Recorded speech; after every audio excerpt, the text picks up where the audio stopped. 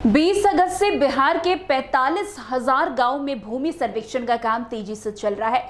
जब से भूमि सर्वे का काम शुरू हुआ तभी से देश से लेकर विदेश में रह रहे बिहारी लोगों के बीच ये चर्चा का कारण बना हुआ है। लेकिन अब बिहार के गांव-गांव में जमीन की असलियत सामने लाने का सबसे बड़ा अभियान शुरू होने जा रहा है। भूमि सर्वेक्षण के दौरान मिले विवादों और अधूरी सूचनाओं ने राजस्व एवं भूमि सुधार विभाग की नींद उड़ा दी। कहीं जमीन का कुल एरिया दर्ज है तो कहीं प्लॉटवार चौहद्दी गायब है तो कहीं खाता खेसरा की एंट्री में गड़बड़ी है। सबसे बड़ी परेशानी लाखों एकड़ ऐसी जमीन है जो अब भी पुरखों के नाम पर दर्ज है, जबकि वर्तमान पीढ़ी मौखिक बंटवारे के सहारे उस पर काम कर रही है।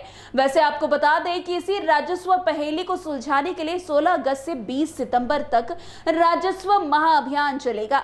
अपर मुख्य सचिव दीपक कुमार सिंह के मुताबिक इस मुहिम से बंटवारे के झगड़े काफी हद तक खत्म होंगे और हर रिकॉर्ड अपडेट हो जाएगा। इस वक्त विभाग के पास 4.5 करोड़ जमाबंदी ऑनलाइन है, मगर इसमें भारी संख्या में अशुद्धियां हैं, कंप्यूटरीकरण के दौरान गलत एंट्री है, प्लॉटवार डेटा की कमी और पुराने जमाबंदी के आधार अधूरी जानकारी भी है। वैसे बिहार के 45,000 रेवेन्यू विलेज में एक एक टीम बनाई जाएगी। टीम जो है प्रीटेंड जमाबंदी लेकर घर घर जाएगी। इसके नीचे खाली जगह होगी, तब लोग तुरंत सुधार दर्ज कर सकेंगे। इसके बाद पंचायत स्तर पर हल्का कैंप लगेगा और एक पंचायत में 2 बार कम से कम 7 दिन के अंतराल पर मौके पर ही आवेदन की प्राथमिकी एंट्री होगी। ओटीपी से रजिस्ट्रेशन होगा, फिर अंचल कार्यालय में फाइनल एंट्री और निपटारा होगा। इतना ही नहीं, जहां जमीन पुरखों के नाम पर है वहां वंशावली बनवाना जरूरी होगा। इसके लिए सरपंच अधिकृत रहेंगे। जिन पूर्वजों का मृत्यु प्रमाण पत्र बनाना मुश्किल है वहां स्थानीय जनप्रतिनिधि का सत्यापन ही मान्य होगा। बाढ़ग्रस्त 10% पंचायतों में कैंप स्थिति सामान्य होने के कारण लगेगा, ताकि प्रभावित लोगों को परेशानी ना हो।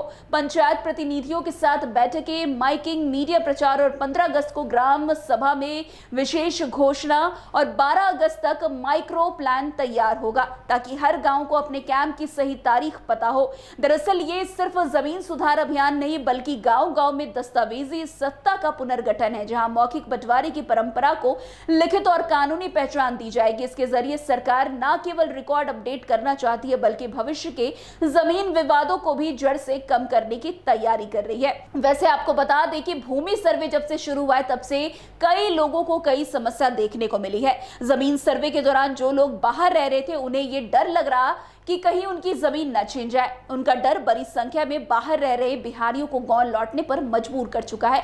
इस वजह से उन्हें काफी दिक्कतों का सामना करना पड़ रहा है। एक तरफ बिहार सरकार दावा कर रही है कि सर्वे की प्रक्रिया ऑनलाइन की गई है, लेकिन कहीं न कहीं जमीन के कागज, वंशावली और छोटे अन्य काम के लिए लोगों को गाँव आने पर मजबूर होना पड़ रहा है। इससे उन पर परिवार को पालने का संकट पैदा हो रहा है। भूमि सर्वेक्षण के दौरान जो दूसरी सबसे बड़ी समस्या देखने को मिली वो ये है कि बिहार में अधिकांश लोगों के पास पैतृक संपत्ति है, यानी वो अपने पूर्वजों की जमीन के मालिक है। नियम के मुताबिक उन जमीनों पर दावा के लिए वंशावली की जरूरत होती है और वंशावली बनाने का अधिकार सरपंचों को दिया गया है। कई जगह भी ऐसी खबर आ चुकी है कि वंशावली तैयार करने में सरपंच लोगों को काफी परेशान कर रहे हैं। इससे भूमि मालिक काफी परेशान है। इसके अलावा इस प्रक्रिया में सरकारी कर्मचारी और जनप्रतिनिधियों की तरफ से ली जाने वाली रिश्वत भी लोगों के बीच परेशानी का सबब बना हुआ है। इसके अलावा भी कई समस्या लोगों को देखने को मिली।